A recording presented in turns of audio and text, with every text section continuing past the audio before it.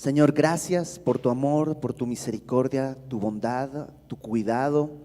Gracias por tu palabra que tú has dicho que es luz, que es una lámpara a nuestros pies, que es una lumbrera en nuestro caminar, que es una espada que puede atravesarnos y discernir nuestros pensamientos y las intenciones de nuestro corazón, que es agua que puede limpiarnos y saciarnos. Gracias, Señor, porque este tiempo podemos ponerlo delante de ti, sabiendo que puedes hablarnos y que puedes transformarnos. En el nombre de Jesús, todo lo dejamos delante de tus manos, Señor. Amén. Lucas capítulo 18. Y el día de hoy es un día clarísimo para poder recordar una cosa, que en la Biblia todo es contexto. Puedes tomar un versículo, prácticamente cualquier versículo, y usarlo de la manera que se te ocurra, porque pues nomás lo modificas, lo alteras y lo mueves y ya haces que Dios diga lo que quieras. Por eso necesitamos siempre recordar el contexto en el que ocurren las cosas para poder tener una claridad acerca de qué está hablando en verdad. Y nosotros vamos verso a verso, lo cual es bueno, pero a la vez nos obliga a ir como cortando a pedacitos, porque pues, si no sería un sermón de 25 días y para un libro entero. Entonces, lo del capítulo que nos toca terminar el día de hoy, tenemos que recordar algunas cosas que han estado sucediendo. Así que si tú recuerdas, en el capítulo 17, en el versículo 20, comenzaron preguntándole por el reino de Dios. Y cuando vimos ese pasaje hablamos que el Señor Jesús les decía: no importa qué tanto sabes acerca del reino, sino si en verdad vas a estar ahí. Y hablamos de este peligro del casi, como los que estaban en el tiempo de Noé, como muchos otros ejemplos que casi, pero el casi no es suficiente. Luego al principio del capítulo 18, Jesús les hace, hablando del reino de los cielos, les dice: es necesario orar.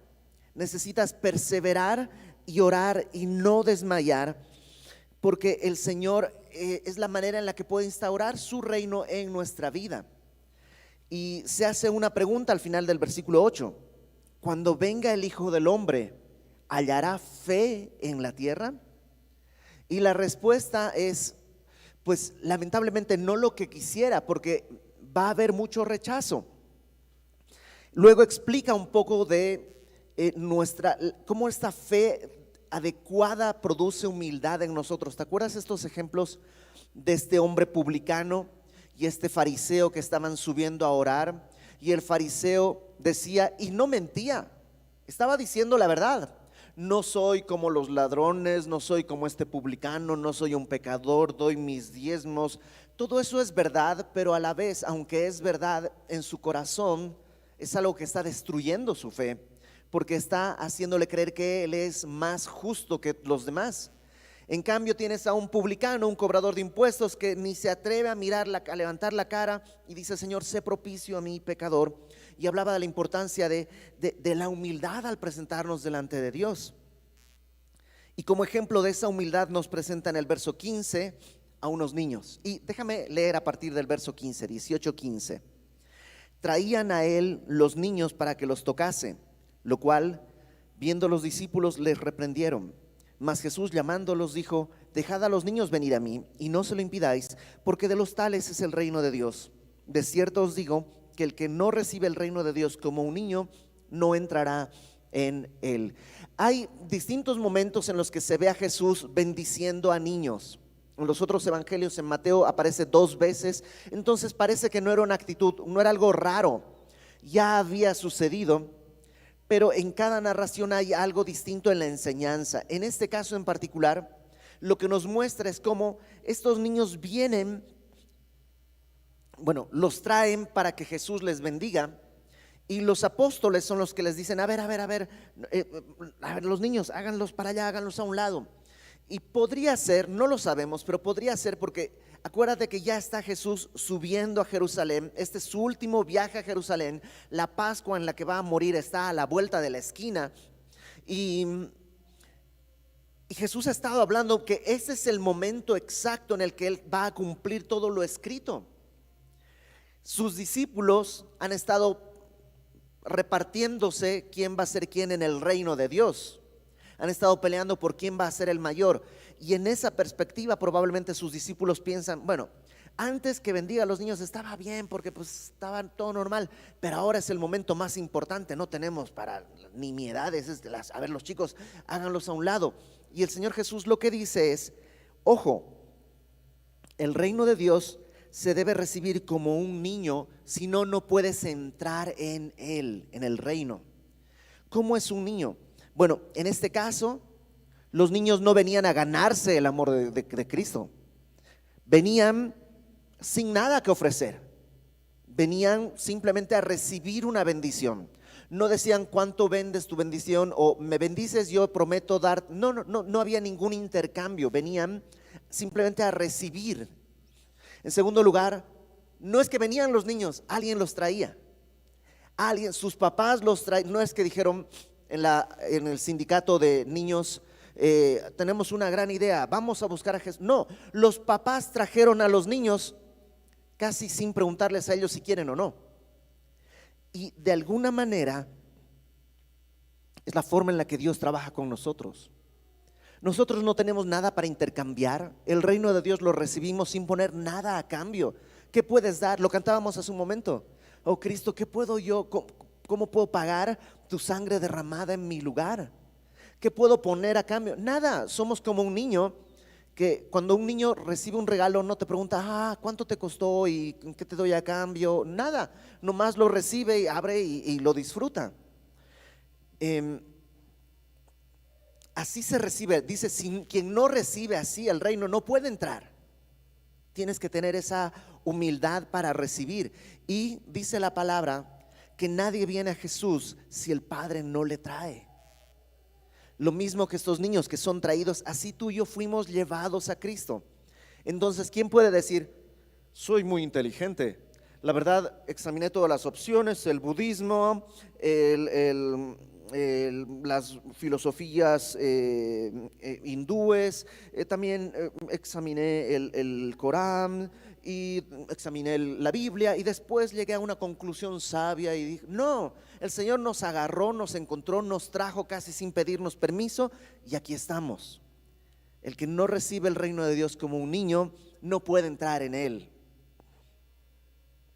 Ahora, versículo 18, sigue hablando del mismo tema, que es donde tenemos que empezar el día de hoy. Un hombre principal le preguntó diciendo, Maestro bueno, ¿qué haré para heredar la vida eterna?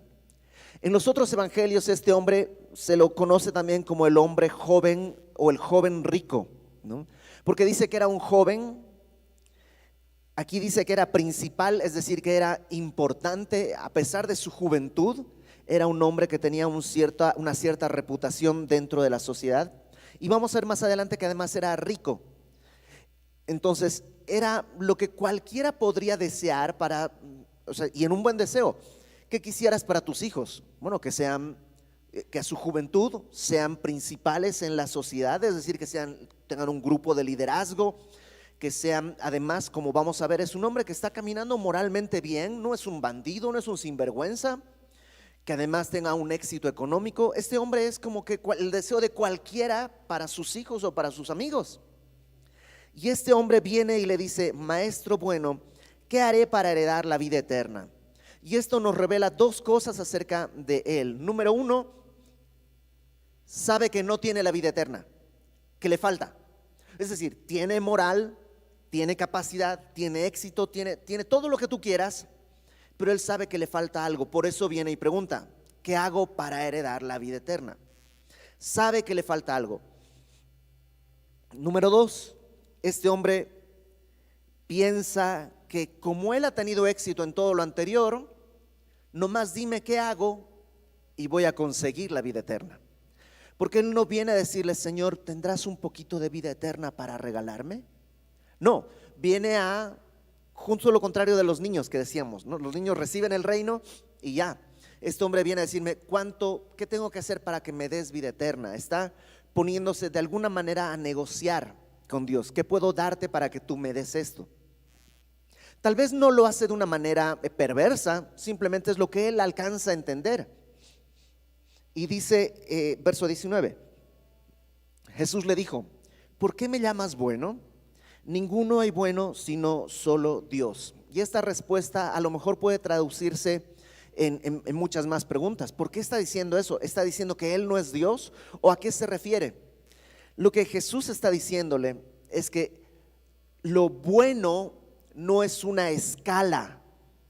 Es decir, no hay más o menos bueno, medio bueno, un poco más bueno y bueno. No es una escala en la que tú y yo vamos ascendiendo y llegamos a, ahora sí, soy más bueno que tú eres más bueno que él, pero yo soy el más bueno de todos.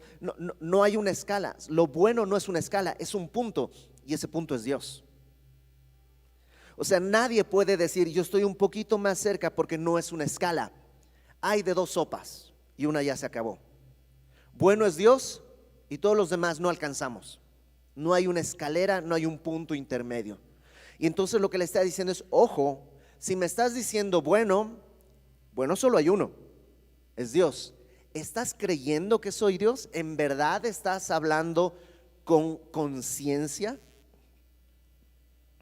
Como cuando el día de hoy oramos y a veces decimos Señor Jesús y no sé qué. A veces ese Señor Jesús se convierte en puro palabrería, porque no estamos dispuestos a someternos a su señorío. Solo decimos Señor Jesús. Entonces, lo que Jesús está haciendo en su misericordia es, ojo, a ver, número uno, ¿estás entendiendo con quién estás hablando? Si soy bueno, soy Dios. No hay un punto intermedio. C.S. Lewis tenía un dilema que él planteaba, que Jesús puede ser o Dios o loco. No puede ser bueno. Es decir, o es Dios bueno o es un lunático, un loco, porque no hay un punto intermedio. Por como él hablaba, o él estaba lunático, él estaba mal de la cabeza, él pensaba que soy Dios pero no lo era. Entonces no puedes tomar sus enseñanzas con seriedad porque era un loco. O en verdad sí era Dios y entonces no es un hombre bueno nada más, sino es Dios mismo. Y Jesús no te da opción a decir era un buen maestro, era un profeta, era alguien sabio. No hay eso. O es Dios al que le puedes confiar la vida, o es un cuate que se le zafó un tornillo y que pues no vale la pena ni escuchar. No hay ese punto intermedio de es un buen tipo. No, buenos tipos podemos ser nosotros, pero él no es un buen tipo. Él es Dios, o es un loco, o hay una tercera opción, es un perverso, alguien que buscó engañar a todo el mundo. Entonces no hay más. Por eso le llaman a veces el trilema de C.S. Lewis. Entonces Jesús está poniendo esto muy claro: yo soy Dios. ¿Estamos de acuerdo? Entonces lo siguiente que le dice es verso 20: los mandamientos sabes: no adulterarás, no matarás, no hurtarás, no dirás falso testimonio, honra a tu padre y a tu madre.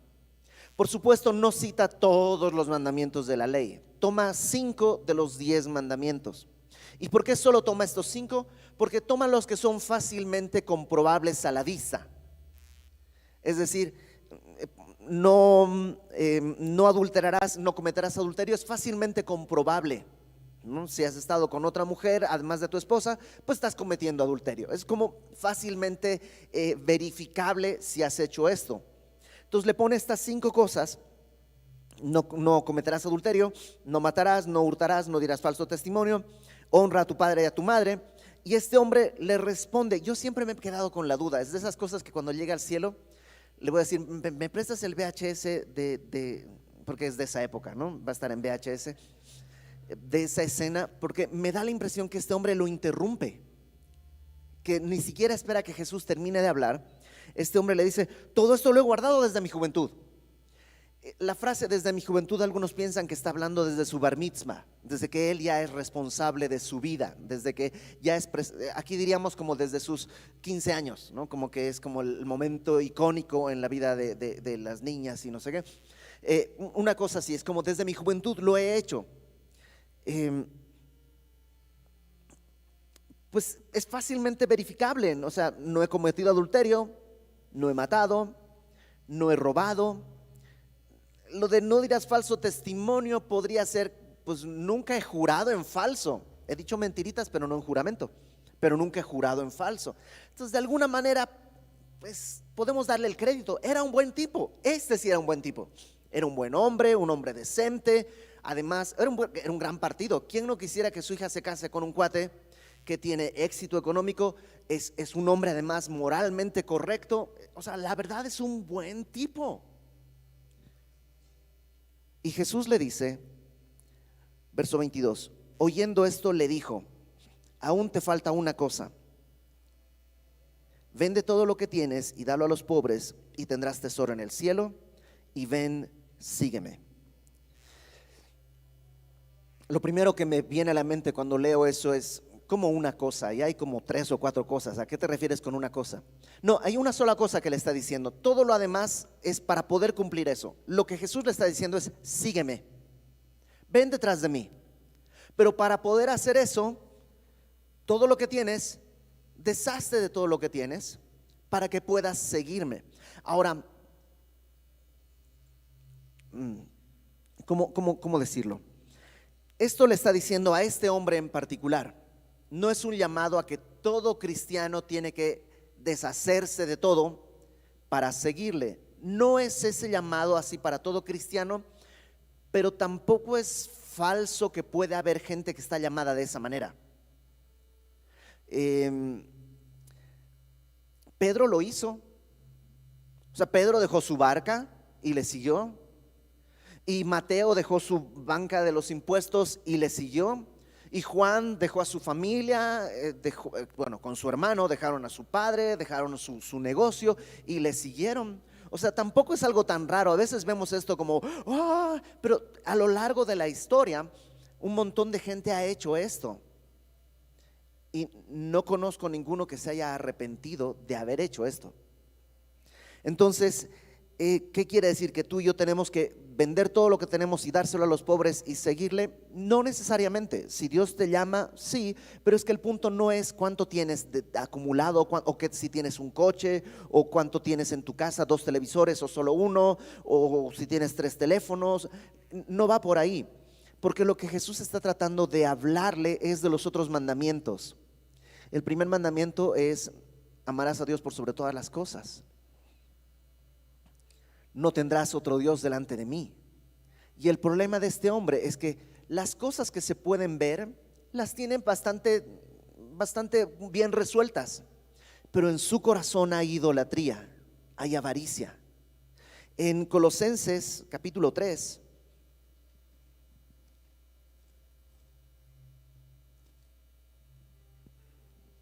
dice: haced morir pues lo terrenal en vosotros. 3:5. Te das cuenta que no dice si es que hay algo terrenal, porque sí hay algo terrenal. No es una duda, es hay algo terrenal en ti y tienes que hacerlo morir. ¿Qué cosa? Fornicación, impureza, pasiones desordenadas, malos deseos, avaricia, que es idolatría. Este hombre había lidiado probablemente con algunas cosas que eran visibles, pero este tema de la idolatría lo estaba consumiendo por dentro. Entonces, regrésate por favor a Lucas 18. Le dice: vende todo lo que tienes, dalo a los pobres y tendrás tesoro en el cielo, y ven, sígueme. Entonces, este joven rico, principal, oyendo esto, se puso muy triste porque era muy rico.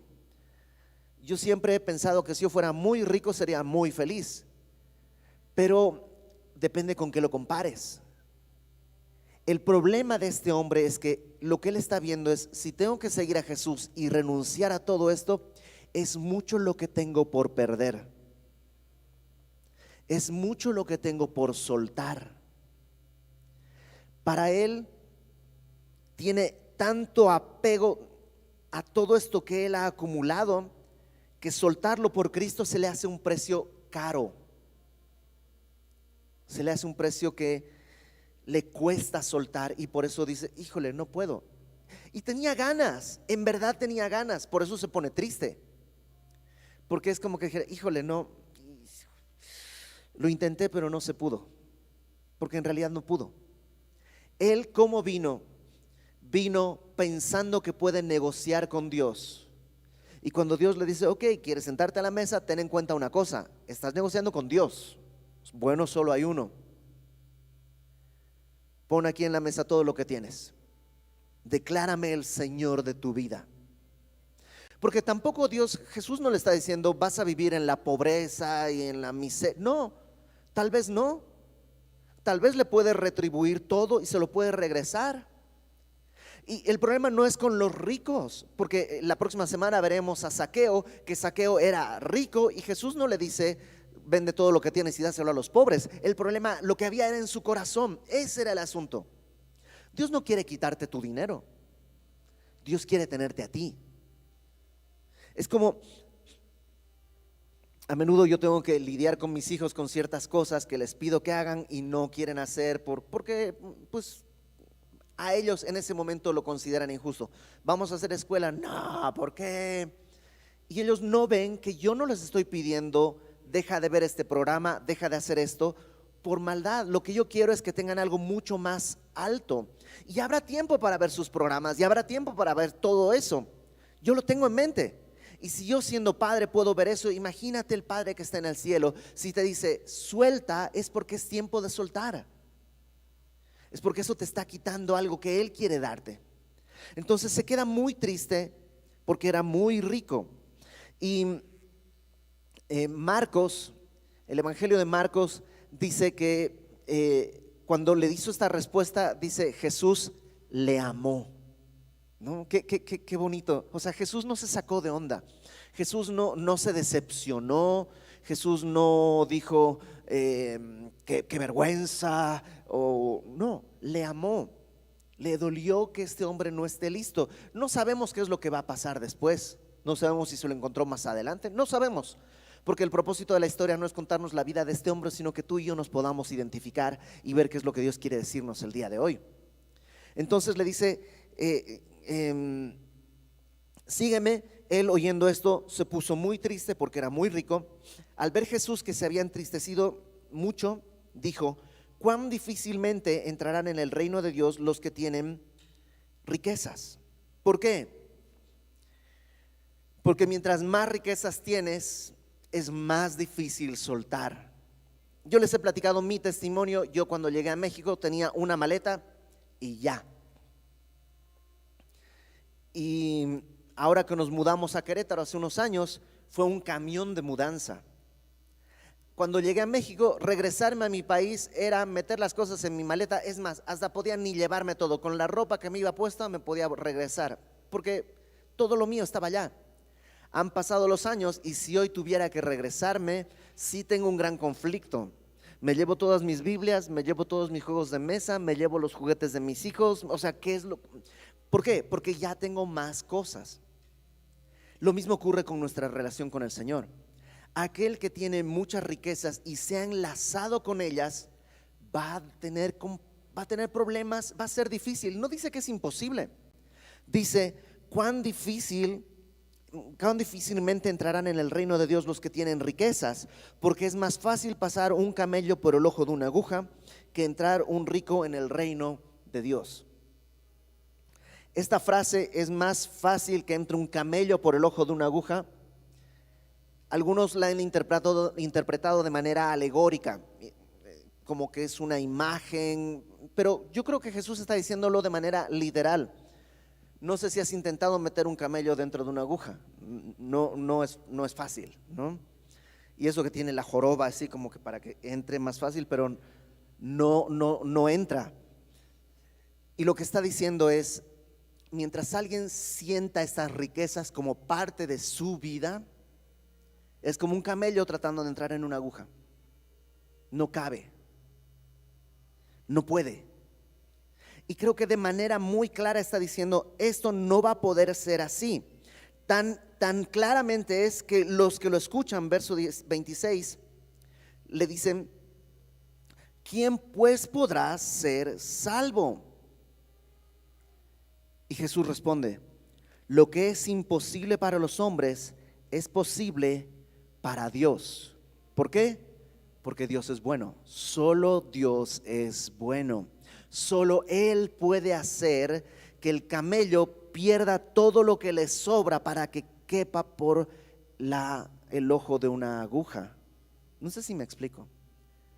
Entonces, seguramente has oído esta historia que a lo mejor en Discovery Channel o uno de esos, que te dicen: en las ciudades de aquella época había una puerta grande por donde entraban la mercadería, pero al lado de la puerta grande había una puerta pequeña que se llamaba ojo de aguja. Y lo que Jesús quiso decir es que a veces llegaba un mercader a la ciudad a la hora en la que la ciudad ya estaba cerrada, y entonces pues no podía entrar por la puerta grande porque estaba cerrada, y tenía que entrar por la puerta que se llamaba ojo de aguja. Y entonces tenía que pues descargar el camello, meter todo por esa puerta, luego hacer que el camello se agache y luego que se, así como que se arrastre y pueda pasar. Y eso es lo que Jesús quiso decir. No, porque si esa fuera la explicación, entonces querría decir que con mucho esfuerzo lo puedes hacer. Pero es justamente lo opuesto. Lo que Jesús está diciendo es: no se puede, no es posible. En serio, la próxima vez que veas un camello, intenta, llévate una aguja. Intenta, no vas a poder, no es posible. Pero lo que es imposible para nosotros es posible para Dios, que es bueno. ¿Y cómo va a ser posible? Bueno, más adelante en el verso 31 lo va a contestar. Nada más déjame ver qué es lo que pasa con Pedro, porque Pedro le pregunta, o Pedro le dice en el verso 28: he aquí, nosotros hemos dejado nuestras posesiones y te hemos seguido. De alguna manera Pedro, no sabemos la intención, no sabemos si él está pensando: ay, le pidió eso, yo sí lo hice, entonces yo sí voy. Tal vez lo hizo así, tal vez lo hizo con gozo, tal vez lo hizo con, pues Pedro era muy, pues así preguntaba, ¿no? Muy inocente, digamos. No sabemos cuál fue su intención, solamente, porque es verdad además, Pedro dejó todo. Y al que alguien puede decir: bueno, Pedro dejó una barca. Este hombre tenía muchas posesiones, no es lo mismo. Bueno, todo es todo. Si tú tienes 26 coches y yo tengo una bicicleta, todo es todo de todos modos, ¿no? Y Pedro dice: nosotros lo hemos dejado todo para seguirte. Y Jesús le dice: de cierto os digo que no hay nadie que haya dejado casa, padres, hermanos, mujer o hijos por el reino de Dios, que no haya de recibir mucho más en este tiempo y en el siglo venidero la vida eterna. ¿Qué está diciendo Jesús? ¿Que tienes que dejar a tu esposa, a tus hijos? No, antes de que intentes usar esa salida, Él dice: por el reino de Dios. ¿A qué te refieres? Mi esposa dejó a su familia para venir aquí a servir al Señor en Querétaro. Y ha sido incómodo porque pues en muchos casos tenemos que hacer algo y no tenemos la abuela para que cuide a los hijos, no tenemos el tío, no tenemos la tía, no tenemos, y yo tampoco tengo mi familia, no, mi mamá, mis papás de alguna manera siempre están apoyando a mis hermanos con sus hijos y que vienen les regalan cosas y todo. Es imposible que pase eso con mis hijos no lo viven de esa manera. Y sí, es una renuncia, hemos perdido algo, pero el Señor no es deudor de nadie. Hemos ganado, mis hijos tienen una cantidad de abuelas aquí que no te das idea. Y yo tengo una cantidad de hermanos y hermanas que nos echaron la mano en todo momento. Hace unos años, cuando nos dio COVID en la mitad de la pandemia, pues estábamos en esta época como de ignorancia todavía, no había las vacunas, no había nada, nos dio COVID y no sabíamos qué hacer, y hubo varios hermanos que fueron a la casa y nomás tocaban la puerta. Yo me arrastraba así hasta la puerta, abría y a lo lejos nada más, porque dejaban ahí, trajeron comida, y otro hermano trajo fruta, y otro hermano trajo otras cosas y así, y es familia. ¿Sabes qué? Si dejas por el reino de Dios todo, el Señor no es deudor de nadie. Entonces lo que le está diciendo a Pedro es: lo hiciste muy bien, Dios va a recompensar no solo acá, sino en la vida eterna. Pero la clave es por el reino de Dios.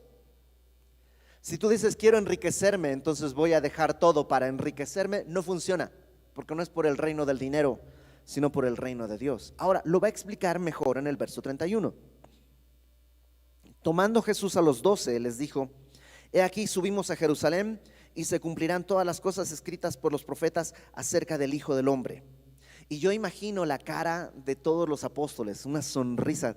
Claro, o sea, pídeme y te daré, Salmo 2, pídeme y te daré por herencia todas las naciones, las regirás con vara de hierro, con vara de vasijero las desmenuzarás. Claro, ellos están pensando, se va a cumplir todo eso, vamos a tener el éxito que está, vamos a ganar, vamos. Y Jesús dice: será entregado a los gentiles. ¿Cómo a los gentiles? ¿A los impíos? ¿A los que no conocen al Señor? Sí, será entregado. Será escarnecido. ¿Cómo? ¿Burlado? Pero si es el Rey de Reyes, ¿cómo va a ser entregado y cómo va a ser burlado? ¿Cómo va a ser afrentado? Eso es que se lo maltrata. Escupido. Después de que le hayan azotado, le matarán, mas al tercer día resucitará. ¿Por qué? ¿O cómo? Es pasar el camello por el ojo de la cerradura. No hay otra manera. Él tenía que venir y morir por nuestros pecados. ¿Por qué? Yo sé que ya lo sabes, pero déjame explicarlo rápidamente. Hemos pecado. Aquel que diga que no ha pecado está pecando de mentira. Todos hemos pecado. Aun si no has hurtado, no has matado, no has dado falso testimonio, estás honrando a tu padre y a tu madre, como el joven aún has pecado. Y la paga del pecado es muerte. Y esa muerte no puede ser sustituida por otra cosa. Dios es justo. La palabra dice: ojo por ojo, diente por diente, vida por vida, hombre por hombre. No puede ser sustituida tu muerte con la muerte de un animal. Tiene que morir un hombre. Y por eso Dios se hace hombre y Él va y se sacrifica, paga con su muerte la muerte que tú y yo debíamos. Está pasando el camello por el ojo de la aguja, algo que nadie podía hacer. Y entonces, cuando haya pasado eso, dice: al tercer día resucitará. ¿Por qué? Porque el autor de la vida no puede ser retenido por la muerte, porque su sacrificio fue aceptado delante de Dios. Y entonces todo aquel que cree eso, ¿qué es eso que hay que creer? Que soy un pecador y que Él pagó por mis pecados. Todo aquel que cree eso, entonces tendrá vida eterna. Pero, verso 34, ellos nada comprendieron de estas cosas, y esta palabra les era encubierta, y no entendían lo que se les decía. No era el tiempo de que lo entendieran. Lo van a entender más adelante. Y así como te pasó a ti y a mí. No sé cuántas veces escuchaste el evangelio hasta que un día, como si le prendieran la luz a una parte del cerebro que no había llegado, de pronto fue como: ¡ah! Claro, claro. Y entiendes y te quebranta. Pone un ejemplo más, verso 35. Aconteció que, acercándose Jesús a Jericó, un ciego estaba sentado junto al camino mendigando. ¿Qué contraste? Este hombre rico viene voluntariamente a ver cómo puede ganar el reino. Este joven mendigo, él no puede ir, es ciego. En otros evangelios sabemos que se llama Bartimeo. Y está mendigando. Y al oír a la multitud que pasaba, preguntó: ¿qué era aquello? Solo escucha que hay ruido, hay gente, y dice: mucho ruido para esta hora. ¿Qué está pasando? ¿Por qué hay tanta bulla, tanto relajo? Y le dijeron que pasaba Jesús Nazareno. Él ya sabía quién era. ¿Lo había visto? No, pero había escuchado quién era. Otra vez, él no está pensando, estoy deduciendo. Alguien le contó, él ya sabe. Y entonces dio voces diciendo: Jesús, hijo de David, ten misericordia de mí. Y cuando grita esto, lo que está diciendo es: tú eres el hijo de David, el que iba a heredar todo lo que Dios le prometió a David. ¿Qué le prometió Dios a David? Que uno de su descendencia se sentaría en el trono para siempre. Es un término mesiánico. Y lo que está diciendo es, tú eres el hijo de David, yo soy un pobre mendigo. No está diciendo sentémonos a negociar. Le dice, ten misericordia de mí. No sé si cachas el contraste entre este joven rico y este pobre mendigo. De alguna manera, este ciego ve mejor que el otro hombre. Verso 39. Los que iban delante le reprendían para que callase. No, a ver, cállate, cállate. Otra vez, ¿te acuerdas a los niños? Los niños son mucho relajo, háganos a un lado, no sé qué. Este pobre mendigo no es digno. Estamos pasando por el rey. Dejen, a ver, no hagan ruido, dejemos escuchar al rey. Y este pobre mendigo dice, ¿me estás queriendo callar? ¿Cómo crees? Dice, él clamaba mucho más, Hijo de David, ten misericordia de mí. Es como si estuviera diciendo, esta es mi oportunidad, yo no puedo seguirle. O sea, si se va, ¿qué voy a hacer? ¿Cómo lo voy a seguir? No veo, no tengo dinero para seguirle. Está pasando por aquí, es mi oportunidad. Y si no te paras, Jesús, yo me muero. Y todos llegamos a ese punto. ¿No te pasó así? Ese día en el que predicaron el evangelio y tú dijiste, Señor, yo estoy acá y si no me miras, yo me muero. Y gritaba. Y los que iban delante le reprendían para que callase, pero él clamaba mucho más, Hijo de David, ten misericordia de mí. Entonces Jesús, ¿te acuerdas que vimos hace rato, bueno, las semanas pasadas, la importancia de orar y no desmayar? Este hombre oró, estaba hablando con Jesús, oró, hasta que Jesús dice, tráiganlo. Jesús, deteniéndose, mandó traer a su presencia. Y cuando llegó, porque ni siquiera puede venir, no dice, venga, tráiganlo, porque él es ciego. Entonces él viene, lo traen, y Jesús le dice, ¿qué quieres que te haga? Y no sé, pero probablemente si yo hubiera sido el ciego, yo le hubiera dicho, pues ¿qué crees, Señor? O sea, soy ciego, ¿qué crees que? Ahora, ojo, ¿qué es lo que estaba haciendo en el verso 35? Él estaba mendigando. Él pudo haberle pedido, dame una moneda, o dame 1000 monedas, o dame 1,000,000 de monedas. Pero Jesús lo pone en el centro como al joven rico y le hace una pregunta, ¿qué quieres que te haga? Y la respuesta es muy clara, Señor, que reciba la vista. ¿Y qué es lo que está pidiendo? Está diciendo, tú eres el Señor, yo quiero verte. Es lo que quiero. Quiero verte. Quiero verte. Abre mis ojos. Quiero verte. ¿No quieres una moneda? No, Señor. ¿No quieres mucho dinero? No, Señor. Yo sé que eres el Señor, el Hijo de David. Quiero verte. Es todo lo que pide. ¿Qué diferencia con el joven rico? Porque él no está viniendo a comprar eso. Solo está diciéndole, quiero verte. Jesús le dijo, recíbela, abre los ojos, veme. Tu fe te ha salvado. La fe, lo que decíamos desde el principio. ¿Y cómo sabemos que fue una buena fe? Dice, luego vio y le seguía. ¿Qué le pidió al joven rico? Una cosa te falta, sígueme. Y este hombre, una vez que recibe la vista, no espera que le digan, empieza a seguir al Señor Jesús. En otro evangelio te cuentan que él, una de las cosas que hace es que avienta su manto, que para la cultura judía el manto era la prenda de vestir más importante. Y él agarra y bota su manto y dice, Jesús, Hijo de David, ten misericordia de mí. Entonces no tiene nada, sino ojos. Su condición no ha cambiado, excepto que todo es distinto. Ahora puede ver al Señor y puede ver por dónde va y puede seguirle. Y no pierde la oportunidad y le sigue. Y el resultado, dice, le sigue glorificando a Dios. Y todo el pueblo, cuando vio aquello, dio alabanza a Dios.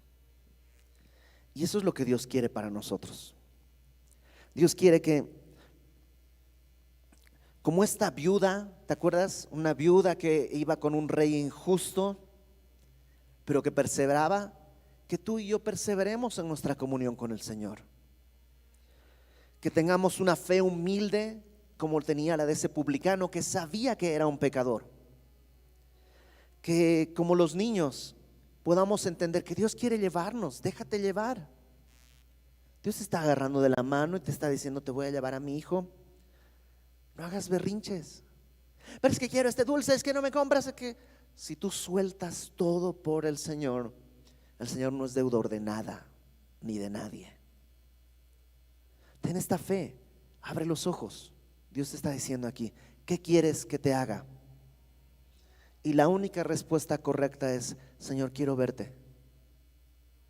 Yo no sé qué tienes que quitar en mis ojos, yo no sé qué tienes que quitar en mis manos. Facundo Cabral decía: ni el oro de tu bolsillo, ni la seda de tu pañuelo, ni tu plata, ni tus latas son el camino del cielo. Tenés demasiado peso para poder alzar vuelo. Suelta, ven delante del Señor. Ojo, no te estoy pidiendo dinero, ¿ok? No te estoy diciendo que traigas nada acá. Suéltalo de tu corazón. Que el Señor sea el dueño de todo lo que tienes, de todo lo que eres, y deja que Él decida qué hacer. Ten esa libertad.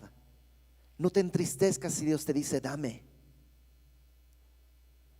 No te vayas como este joven rico entristecido, sino como este ex ciego, cantando, glorificando a Dios. Síguele. Vamos a orar. Señor, gracias porque tú nos has dado ojos para ver. Éramos ciegos, Señor, amábamos la oscuridad, pero nos has dado una luz verdadera. Tú resplandeciste en nuestros corazones para que veamos no solamente una esperanza, sino tu gloria en la faz de Jesucristo. Abre, Señor, nuestro corazón, que podamos responder oportunamente. Y si el día de hoy tú nos preguntas: ¿qué quieres que te haga? Queremos verte, Señor. Queremos verte y seguirte glorificándote, y que alrededor todos los demás, al ver esto, también levanten gloria para ti. Que tu Espíritu Santo dirija nuestros pensamientos. Ayúdanos a soltar aquellas cosas que están adueñándose de nuestro corazón. Que seamos libres para seguirte. En el nombre de Jesús. Amén y amén.